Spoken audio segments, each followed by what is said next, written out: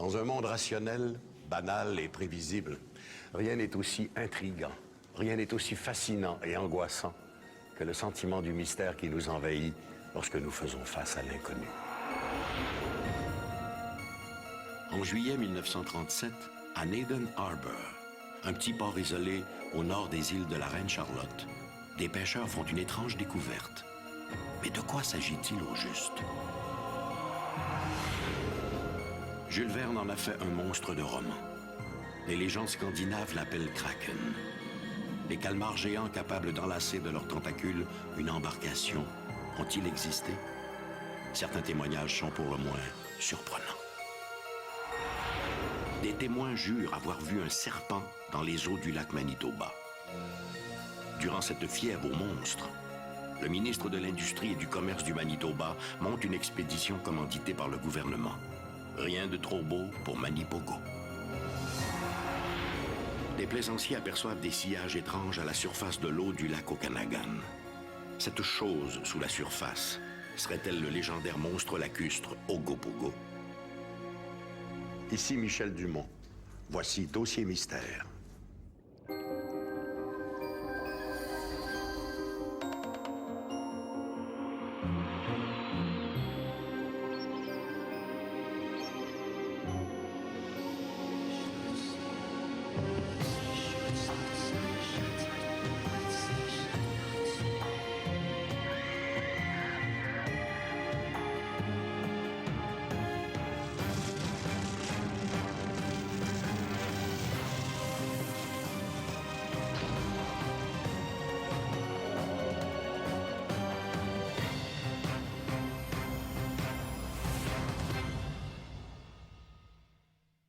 Lorsqu'il est question de monstres marins ou lacustres, les sceptiques questionnent, mais où sont les preuves? En 1937, des ouvriers attachés à un avant-poste de pêche aux îles de la Reine-Charlotte, en Colombie-Britannique, sont peut-être tombés sur l'une de ces preuves. Presque 70 ans après les événements, leur découverte fait toujours l'objet d'un débat.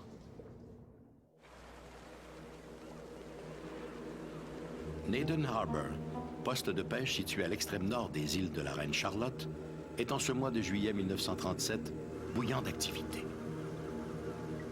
En effet, les baleiniers y ramènent leurs prises afin qu'elles y soient dépecées et transformées en produits d'utilisation courante. Ce jour-là, les pêcheurs ramènent un grand cachalot capturé au large de Langara Island. En lui ouvrant l'estomac, les ouvriers s'arrêtent stupéfaits. Outre les restes à moitié digérés des habituels poissons et mollusques, les hommes découvrent un long animal filiforme, un animal comme ils n'en ont jamais vu. La chose, à peine rongée par les sucs gastriques, présente des caractéristiques tout à fait singulières. Son corps, semblable à celui d'une énorme anguille, fait 3 mètres de long pour 15 cm de diamètre. Sa tête rappelle celle d'un cheval ou d'un chameau. Les hommes sont si surpris par cet animal inconnu qu'ils décident de l'étendre sur une table de fortune pour le photographier. Pendant qu'ils s'affairent, une rumeur gagne tous les bateaux du port. On aurait découvert un Cadborosaurus, ce mystérieux serpent de mer qui entrait les eaux de la côte ouest du Canada.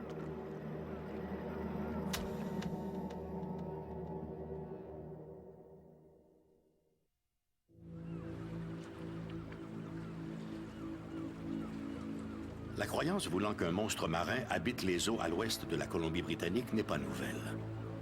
De nombreuses légendes autochtones en font état, et l'art amérindien l'a 1000 fois représenté sous forme stylisée. L'histoire du Cadborosaurus remonte au folklore amérindien. Il a plusieurs noms, Highest Chocolate ou Haitlik. Il y a même des îles dédiées à un rituel amérindien où les jeunes doivent voir le serpent de mer pour enfin passer à la vie adulte. Ainsi, le Cadborosaurus représente un aspect historique important dans la culture indigène. Cadborosaurus est le nom donné à un grand animal aquatique en forme de serpent qui réside principalement dans les eaux profondes de la mer, au bord des côtes, ainsi que dans des lacs de l'Amérique du Nord et de l'Europe de l'Ouest. Cette description correspond exactement à ce qu'ont vu le 1er octobre 1933 le major W.H. Langley et son épouse. Où avez-vous vu Caddy? À la pointe de Discovery Island. Dans un petit bateau. Oui, dans un petit bateau. Nous naviguions paisiblement. Voilà Discovery Island, n'est-ce pas? Tout à fait, au-delà de la pointe. Au-delà de la pointe? Oui. Alors qu'ils naviguaient dans la baie de Cadborough, au large de Victoria, ils ont vu émerger des profondeurs une grande tache sombre.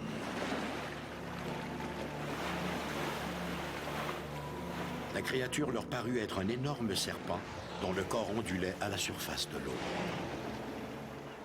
Aviez-vous peur? Nous étions plutôt curieux, car nous n'avions jamais rien vu de pareil. L'avez-vous déclaré immédiatement? Au fait, un journaliste nous a appelés en soirée. Alors vous n'aviez aucun doute que c'était réel? Absolument. Il y avait définitivement là une bête que nous n'avions jamais vue avant. Suite au récit de leur rencontre dans le Victoria Daily Times, les lecteurs proposèrent de baptiser la créature de la baie de Cadborough, Cadborosaurus. Cadborosaurus exists. L'existence du Cadborosaurus est sans doute récente. Il n'en existe aucune empreinte de fossile. From any period. And it is cold-blooded. C'est une créature à sang froid qui tolère une température d'eau allant de 4 à 15 degrés. 4 degrees to 15 degrees. And it has a long, En slender plus, son body, corps allongé n'est pas isolé comme une baleine, ni protégé par un pelage. heavy hair on it or coat. So that type S'il of s'agissait body, d'un animal à sang chaud, il ne survivrait pas au froid. so we believe it's cold-blooded and Donc, à sang froid, il n'a pas besoin de respirer de l'air. stay down. Il n'a pas besoin non plus de beaucoup de nourriture et peut ainsi demeurer submergé pendant de longues périodes de temps.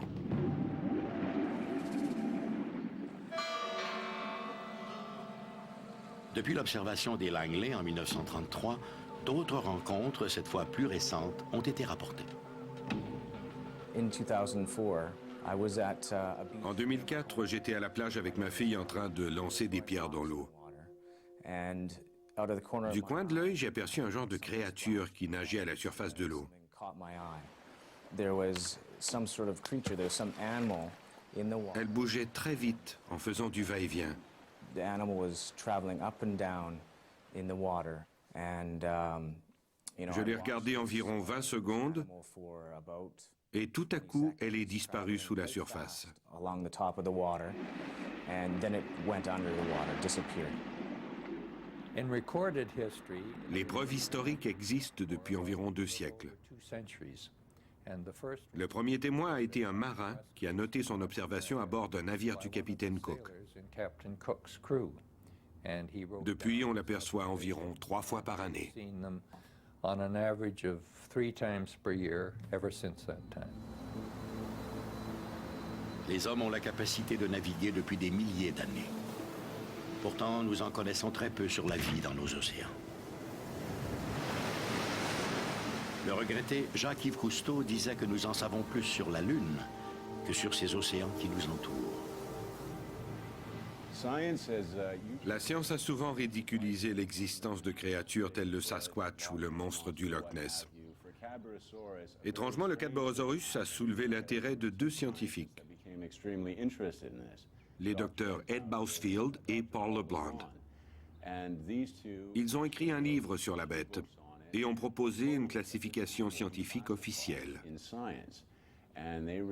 Malheureusement, ils ne sont pas pris très au sérieux.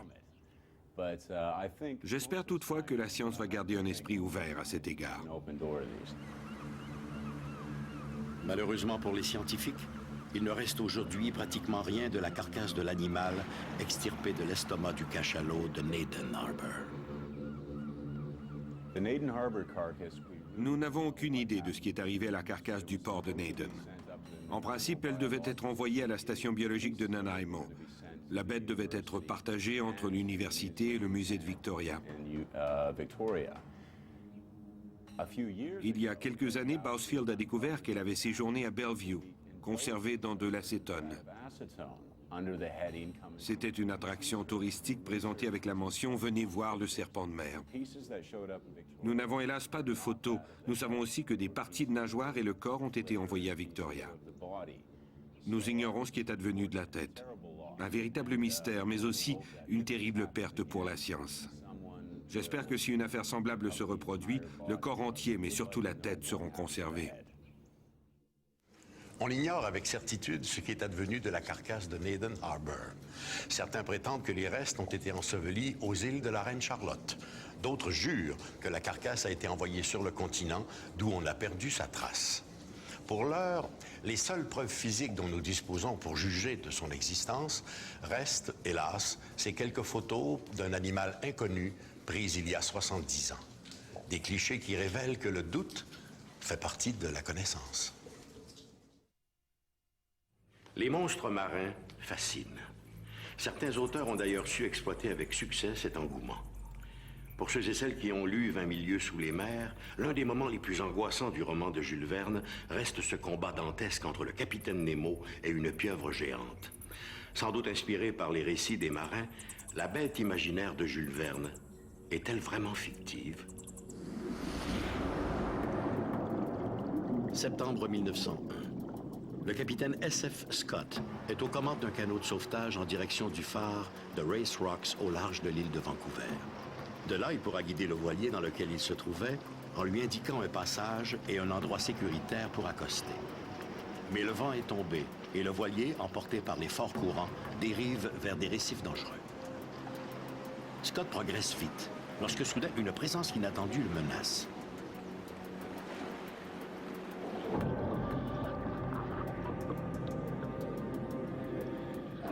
Dans l'obscurité, son embarcation est frappée de plein fouet et le capitaine est projeté dans les eaux froides du Pacifique. Le marin émerge à la surface, repère son canot renversé, nage aussitôt en sa direction. Scott rejoint l'embarcation, se glisse en dessous et s'agrippant au montant, tente de le retourner. Sous l'eau, une forme s'enroule alors autour de son mollet à la manière d'un serpent agressif. Avant même que l'animal ait le temps de refermer son étreinte, le capitaine Scott comprend l'horreur de la situation. Une pieuvre est en train de s'agripper à sa jambe. Et à en juger par la grosseur du tentacule, l'animal doit faire dans les 15 à 20 mètres de long. La pieuvre tente d'immerger sa proie, mais Scott s'accroche désespérément au canot. Scott va se battre pendant près d'une demi-heure pour sauver sa vie. Là, de cette lutte invraisemblable, l'animal relâche finalement son étreinte et disparaît dans les eaux sombres, abandonnant l'homme exténué. Les légendes scandinaves l'appellent Kraken, une pieuvre ou un calmar si gigantesque qu'il serait capable d'enlacer dans ses tentacules un navire entier pour l'entraîner dans les profondeurs. L'histoire du Kraken date de plusieurs siècles. Au fait, dès le début de la navigation, les premiers marins très superstitieux ont témoigné avoir vu des créatures inconnues lors de leurs voyages océaniques.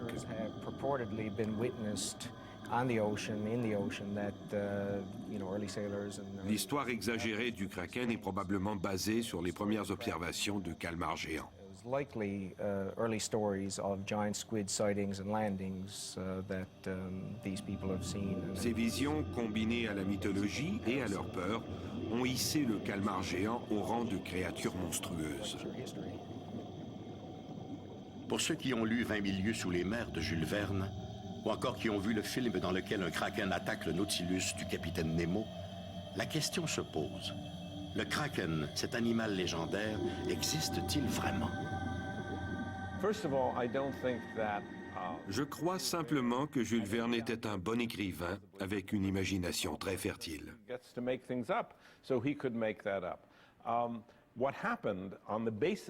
Le film 20 000 lieues sous les mers a fait du calmar géant une menace pour les navires et un monstre mangeur d'hommes. Il n'y a aucune preuve concrète pour valider cette caricature morbide, sauf de longs tentacules gluants. Jusqu'au 19e siècle, la science ne voyait dans le kraken qu'une créature mythique, comme les licornes ou les sirènes. Mais la découverte de carcasses de grande taille, entre 7 et 10 mètres, a amené les zoologues à s'intéresser aux légendes du kraken. Même si ces carcasses étaient loin des dimensions attribuées au mythique kraken, les scientifiques étaient néanmoins disposés à croire en l'existence de pieuvres de très grande taille vivant dans les profondeurs abyssales. En réalité, un spécimen de calmar peut atteindre une longueur de 12 à 15 mètres, du sommet de la tête à la pointe d'un tentacule. Rien ne prouve qu'il puisse sortir ses tentacules de l'eau, encore moins saisir un navire ou un homme. Les gens imaginent cette force irréelle quand ils aperçoivent sa taille impressionnante à la surface de l'eau. Un événement survenu à Terre-Neuve a vraiment pavé la voie à l'étude des pieuvres géantes. En octobre 1873, Daniel Squires, Theophilus Pickett et son jeune fils de 12 ans, Tom, pêchent au large de Portugal Cove. Soudainement, les hommes aperçoivent une grande masse pâle qui flotte entre deux eaux. Ils ont aperçu une masse inerte sur l'eau et se sont approchés pour l'examiner. Tout à coup, en la touchant, le calmar géant s'est mis à bouger tout en essayant de renverser le bateau.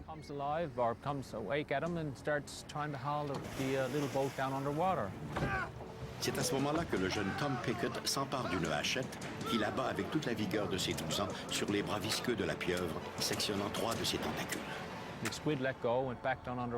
Effrayé et blessé, le calmar a disparu sous la surface en lançant un jet d'encre. Rapidement, les pêcheurs ont regagné la berge. Évidemment, personne ne les a crus, mais ils avaient des preuves concrètes. Ils ont exhibé les tentacules qu'ils ont ramenés sur la berge. L'un des tentacules a été mangé par un chien, un autre a disparu, et le dernier a été examiné par un chercheur de St. John's. Le membre amputé va se révéler la première véritable preuve matérielle de l'existence d'une toute nouvelle espèce de calmar géant.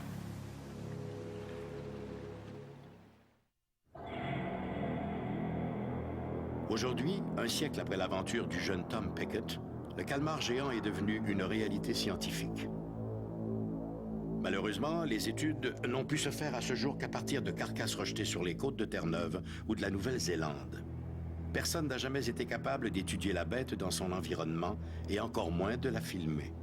Tant et si bien que malgré son passage de légende à réalité, le calmar géant demeure une énigme. Même sa taille fait l'objet de mésententes entre les experts. Actuellement, les chercheurs sont d'avis qu'un calmar géant peut atteindre 20 mètres de long. Bien sûr, il existe depuis des siècles des écrits littéraires et folkloriques et même scientifiques qui parlent de calmars aussi longs que 30 mètres. Mais nous n'avons aucune preuve concrète que de telles bêtes existent. À en croire certaines rumeurs, les calmars géants pourraient largement excéder les 15 ou 20 mètres proposés par les scientifiques. Des pêcheurs affirment en effet avoir observé sur la peau de cachalot des marques de ventouses vraiment géantes. Les comptes rendus de marques de ventouses géantes observées sur des baleines, 15 cm, 30 cm ou même 45 cm de diamètre, sont toujours exagérés. Il n'y a aucune preuve en ce sens. Les plus grosses traces de ventouses documentées mesuraient 8 cm de diamètre, comme ceci. La taille de ces animaux n'est pas le seul sujet de divergence. Les experts ignorent avec précision quelles sont les habitudes alimentaires, la longévité et les mœurs de ces monstres marins. On ignore même s'il n'existerait pas plusieurs variétés de calmars géants. Architeuthis a été considéré depuis toujours comme étant le calmar géant. En 1925, une autre espèce encore plus grande a été découverte. Il s'agissait d'un spécimen juvénile, mais sa taille était comparable à celle d'un spécimen adulte de la variété géante déjà connue. Mesonychoteuthis, appelé aussi calmar colossal, vit dans l'Antarctique et se nourrit de poissons. qui peuvent avoir jusqu'à 2 mètres de long. Where it lives probably feeds on Patagonian toothfish, a fish that gets to be 5 or 6 feet. Au fait, les carcasses de calmars géants que nous étudions proviennent souvent des estomacs de baleines. About either the colossal squid or the giant squid is from those specimens that Ce sont les baleines qui mangent les calmars géants, of sperm whales. So et the non sperm l'inverse. whale eats the giant squid, not vice versa. Même si on ne leur connaît pas un caractère particulièrement belliqueux, les calmars géants peuvent à l'occasion se révéler d'inquiétants prédateurs. En mars 1941, le transporteur de troupes britannique Britannia est coulé par un navire allemand dans l'Atlantique Nord. Des rescapés parviennent à monter sur un petit bateau, si exigu que certains doivent rester dans l'eau, cramponnés au bateau. De temps en temps, ils échangent leur situation inconfortable dans les eaux froides contre celle un peu plus sûre de leurs compagnons sur l'embarcation renversée. Une nuit, survient un calmar géant. De l'un de ses tentacules, il enlace un homme, l'arrache au radeau et l'entraîne dans les profondeurs pour revenir à la charge et s'attaquer au lieutenant Cox. Mais curieusement, cette fois, l'animal n'insiste pas. D'après les survivants, l'animal, par la longueur de ses tentacules, devait mesurer dans les 15 mètres de long. Dans les années 1970, le Canada s'est hissé en tête de liste pour l'étude des calmars géants, grâce au regretté docteur Frederick A. Aldrich de l'Université Memorial de Saint-Jean-Terre-Neuve. Frederick Aldrich était d'origine américaine. Il a étudié la biologie marine à l'Université de Terre-Neuve. Au début, il s'est intéressé aux calmars en général pour ensuite se consacrer uniquement aux spécimens géants. Il a étudié une quinzaine d'entre eux, ce qui lui a valu une expertise internationale.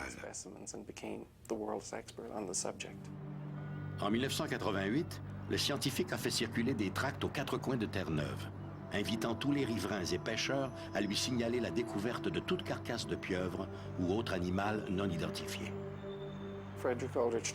En 1988, Frederick Aldrich a essayé de filmer les calmars dans leur habitat naturel en utilisant une caméra submersible. Il a obtenu la collaboration de la marine canadienne et son expédition a été subventionnée en partie par la société américaine du National Geographic. Il était au bon endroit au bon moment. Malheureusement, les calmars géants, eux, ne se sont pas montrés. Néanmoins, au fil des ans, ces recherches ont révélé le peu que nous savons aujourd'hui sur ces fantastiques monstres des profondeurs. Est-il possible que la légende du Kraken ait été inspirée par des histoires de marins qui, à l'instar du jeune Tom Pickett, se soient retrouvés face à face avec des calmars géants? Véhiculés par la peur et la rumeur, ces témoignages ont-ils contribué à entretenir un mythe factice ou, au contraire, nous ont-ils permis de progresser dans notre connaissance des océans et des mystères qui s'y cachent?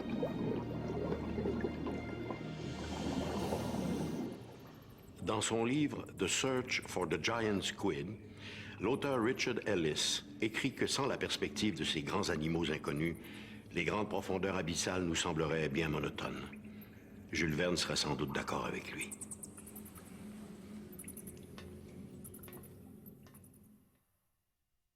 Lorsque des gens affirment avoir vu un monstre lacustre, personne ne doute qu'ils aient réellement vu quelque chose. La question est plutôt, qu'ont-ils vu? Observés depuis les berges, une foule de choses peuvent faire illusion. Des jeux de lumière, des oiseaux aquatiques, des vagues, des bancs de poissons, des embarcations, des troncs d'arbres. Mais les illusions d'optique peuvent-elles vraiment tout expliquer?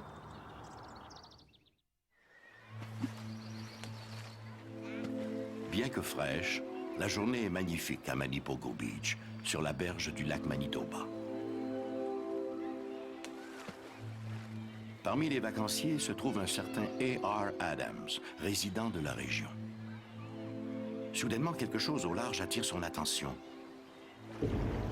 Il s'agit de bosses apparemment en mouvement à la surface de l'eau. La créature filiforme ondule, comme le ferait une anguille géante.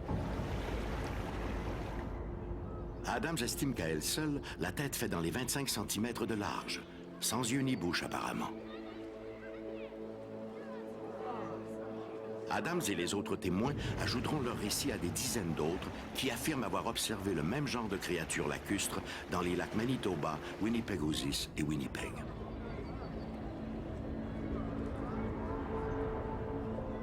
Ce jour-là, le nom de Adams s'ajoutera à la longue liste de ceux qui affirment avoir vu Manipogo.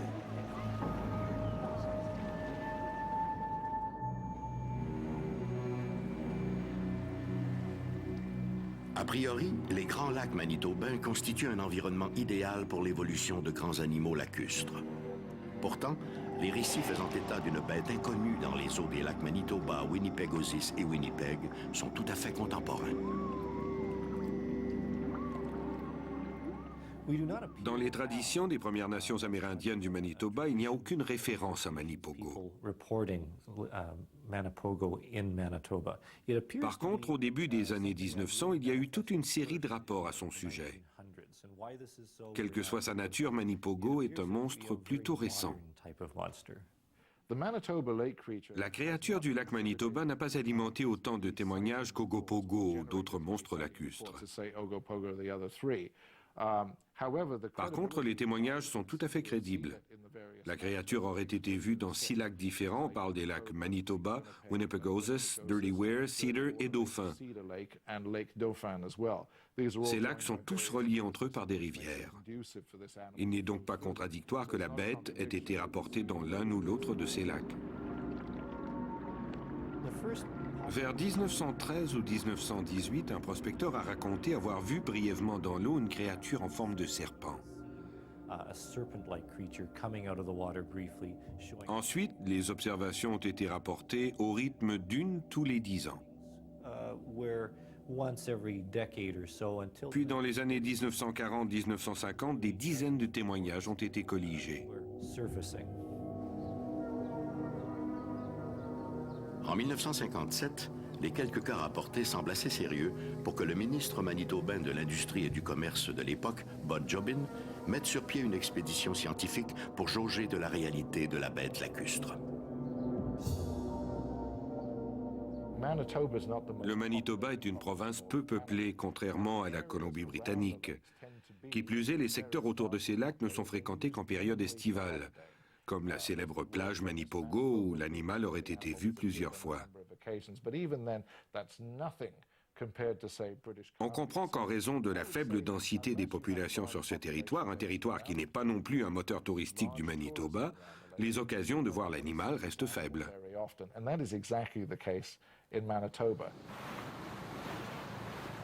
Il est désormais impossible de parler de bête lacustre sans penser à Nessie, le célèbre monstre du Loch Ness. Je pêchais sur le Loch Ness quand j'ai aperçu un objet en forme de baleine. L'avant formait comme une masse, et derrière on aurait dit qu'elle se continuait à l'infini. La partie émergée faisait 10 mètres de longueur et 1 mètre de hauteur sur l'avant. L'arrière paraissait sans fin. À l'hiver 1918, Oscar Frederickson voit les glaces du lac sur lequel il se trouve se briser avant d'être soulevées dans les airs. Il déclare alors que ce mouvement est dû à un grand animal marin comme une baleine. En août 1962, Cornfall et Vincent ont raconté qu'ils avaient vu une créature lacustre, possiblement le fameux Manipogo. Il est environ 16 heures quand les deux hommes reviennent à leur camp. Soudain, à 300 mètres devant leur embarcation, les pêcheurs voient apparaître un animal filiforme se déplaçant lentement, en ondulant le corps de haut en bas. Vincent s'empare de son appareil photo et prend 3 clichés de l'animal. Pour les deux hommes, il ne fait aucun doute qu'il s'agit de Manipogo. Après quelques instants, l'animal replonge sous les flots. Pendant de longues minutes, les deux pêcheurs vont patrouiller le secteur dans l'espoir de voir la bête émerger de nouveau, mais en vain. On ne peut pas tirer de conclusion définitive en regardant la photographie. Il n'y a aucune référence pour évaluer la taille de l'animal. Sur certaines versions du cliché, on peut voir une partie du bateau. Or, si on la compare à la créature, la bête ne paraît pas très grosse. La surface de l'eau ne semble pas non plus agitée par l'animal ou par un remous. Il n'y a pas de vagues. Il pourrait très bien s'agir d'un tronc d'arbre ou d'une branche, par exemple. Mais l'aspect le plus douteux de l'affaire vient des propos tenus par Cornfall et Vincent en 1974. Les deux hommes ont tenu à préciser qu'ils n'avaient jamais dit avoir photographié Manipogo, mais seulement quelque chose sur le lac. Mais seulement quelque chose sur le lac n'a rien de très excitant ni de très convaincant. Je serais même tenté de dire que cette photographie ne doit pas être considérée comme une preuve de l'existence de Manipogo. Suite à la photo de Vincent et Cornfall, il aura fallu attendre près de 20 ans pour que la bête refasse surface. Cette fois, ce sont deux pêcheurs naviguant près de Pelican Rapids, dont l'embarcation heurte une créature de 5 mètres de long, semblable à un serpent. Au moment de l'impact, le monstre sort la tête de l'eau. Paniqué, l'un des deux hommes épaule sa carabine et fait feu sur l'animal qui replonge aussitôt. Apparemment indemne.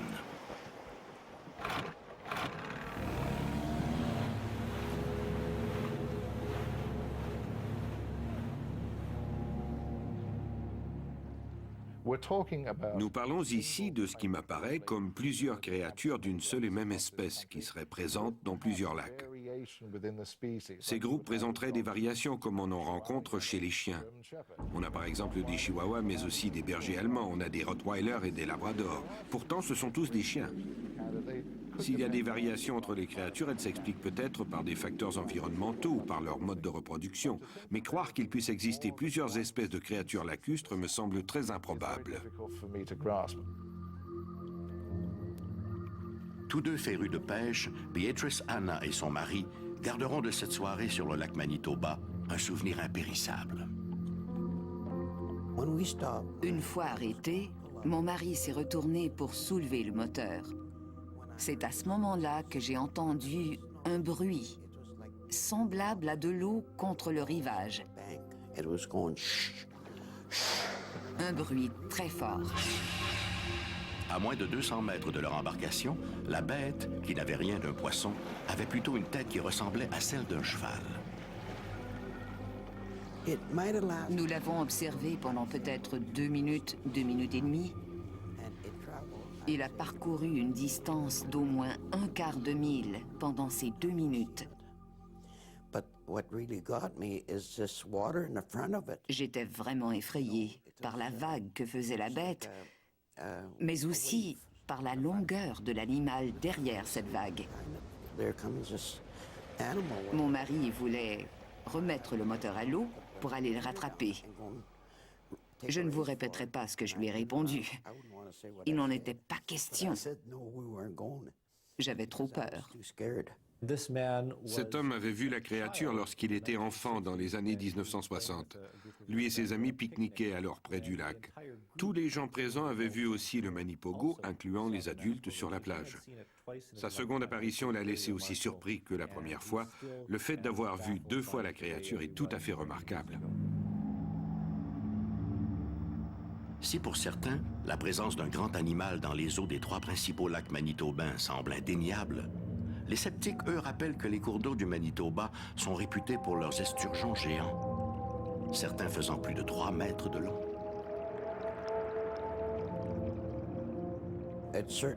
Ce n'était certainement pas un esturgeon. Ces poissons n'ont pas une tête comme celle d'un cheval. Et son énorme tête était bien visible au-dessus de l'eau. La faille dans cette hypothèse est la tête au-dessus de l'eau, qui ressemblait à celle d'un cheval ou encore celle d'un lézard.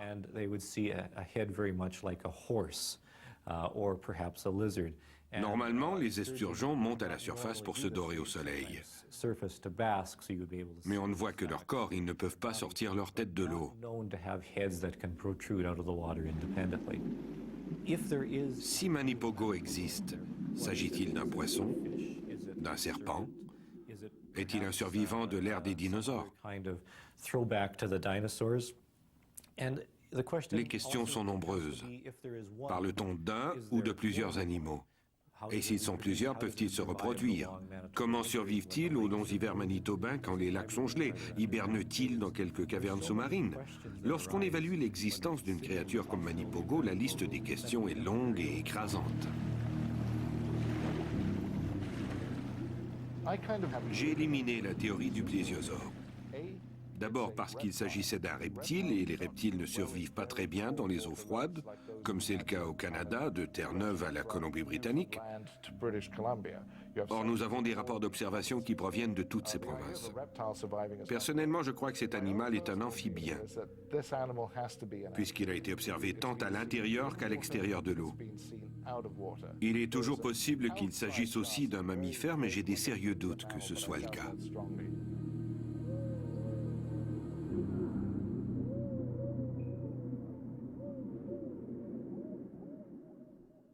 Dans son livre intitulé « In the Domain of the Lake Monsters », le chercheur canadien John Kirk écrit que les enquêtes sur les monstres ont été entachées par de nombreuses fraudes et par des attitudes douteuses. Plusieurs observations, ajoute Kirk, ont littéralement été mises en pièces par les scientifiques et les sceptiques.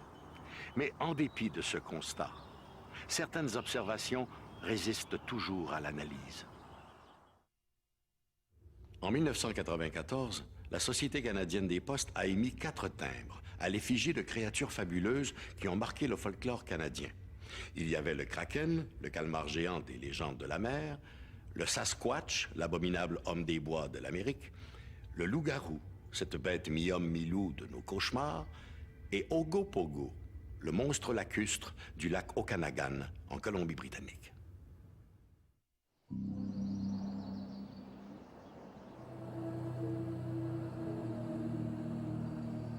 La journée est venteuse au lac Okanagan. Susan Allison est inquiète. La jeune femme anticipe le pire en regardant les nuages qui s'amoncellent à l'horizon. Elle craint que le mauvais temps ne surprenne son mari, parti la veille en bateau pour l'autre rive du lac.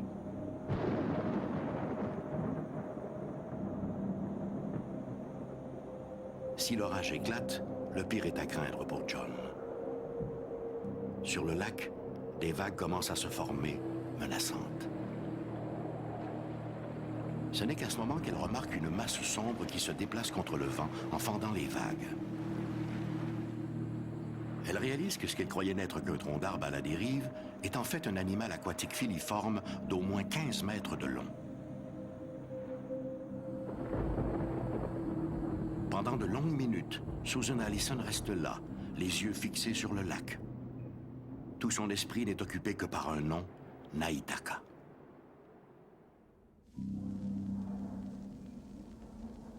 Il semble que le serpent Naitaka soit inscrit dans les croyances populaires amérindiennes de Colombie-Britannique depuis des siècles. Naitaka signifie « démon des eaux ». À lui seul, ce nom démontre bien le respect que les Premières Nations portaient à cette créature qui, au fil des ans, est devenue une attraction touristique. Ogopogo, la créature du lac Okanagan, existe dans la conscience collective depuis au moins 300 ans. Il existe aussi un riche folklore amérindien à son sujet. On lui donne plusieurs noms, Naitaka, Nahahaitk et plus récemment Ogopogo, comme on le désigne aujourd'hui. Au fond, peu importe le nom que la bête prendra au fil des décennies, ce qui est frappant, c'est que l'image que l'on en a demeure toujours la même. Les souvenirs offerts aux touristes de passage sont là pour nous le rappeler. Et la créature lacustre, au rendez-vous pour Susan Allison en 1872, est toujours là aujourd'hui. Le 9 juillet 2001, j'ai vu un objet en forme de serpent sur la surface du lac Okanagan. Il mesurait environ 12 mètres de long. Beaucoup de gens disaient que c'était une vague, mais cette vague bougeait de façon verticale du sud au nord plutôt que d'est en ouest, dans le même sens que les rives du lac.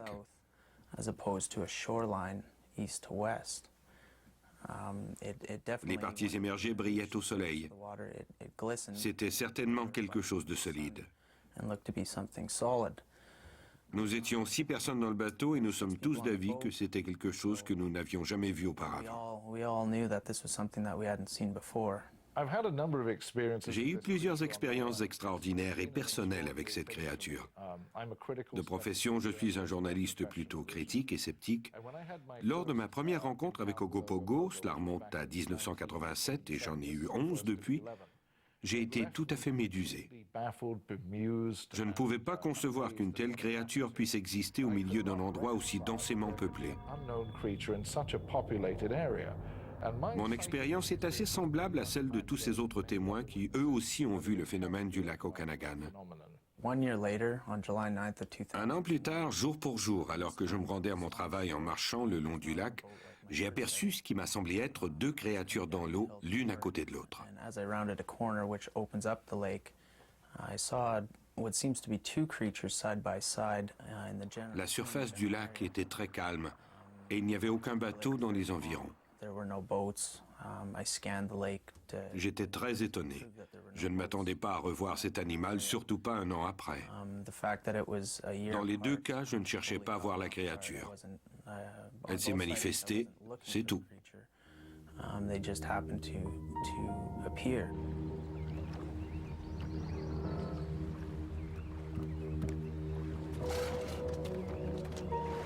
En 1860, un certain John McDougall, un métis travaillant pour la compagnie de la baie d'Hudson, entreprend de faire passer ses chevaux sur l'autre rive. Pour ce faire, il attache les bêtes à son embarcation et commence à traverser le lac.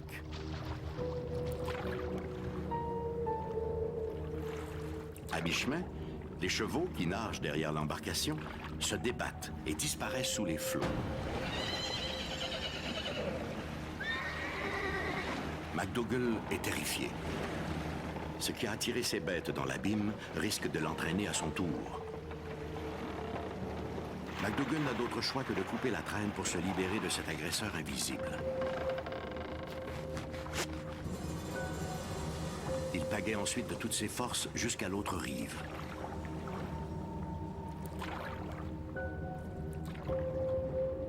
De nouveau sur la terre ferme, il scrute les flots pendant de longues minutes, espérant voir réapparaître ses bêtes. On ne retrouvera jamais rien des chevaux de John McDougall.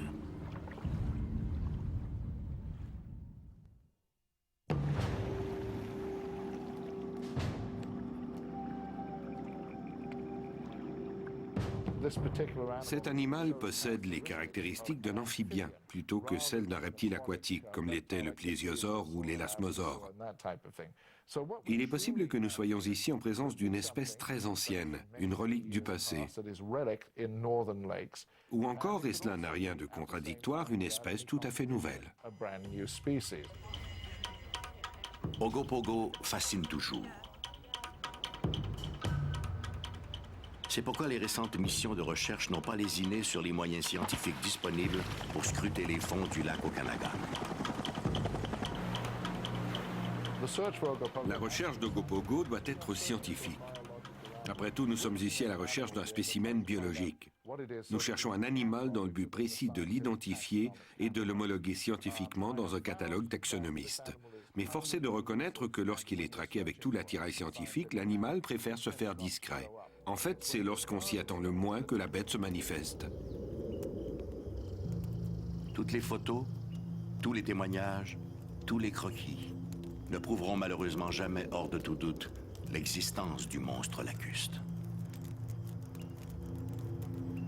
in the absence presently En l'absence de toute preuve physique de cet animal, comme une carcasse, des embryons, des spécimens juvéniles ou des œufs, specimen, embryo, egg, whatever it is, nous ne devons nous en remettre qu'aux seules preuves photographiques. photographic evidence. Scientifiquement parlant, pour reconnaître l'existence d'un animal, il faut produire un spécimen bien concret. À défaut, une créature comme Ogopogo reste dans le domaine du peut-être.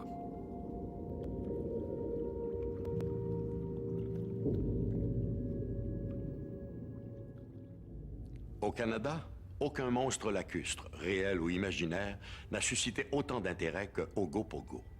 Certains auteurs n'ont pas hésité à le comparer à Nessie, le célèbre monstre du Loch Ness en Écosse. En 1989, le gouvernement provincial de la Colombie-Britannique a même adopté une loi interdisant la chasse à Ogopogo. Même si l'existence d'Ogopogo reste l'objet d'une vive controverse, certains élus ont compris que dans le doute, mieux valait prévenir que guérir. Rencontres insolites, disparitions mystérieuses, faits étranges, légendes fabuleuses. Quelqu'un pourrait peut-être nous révéler enfin la vérité cachée derrière ces mystères extraordinaires. Et peut-être que cette personne, c'est vous.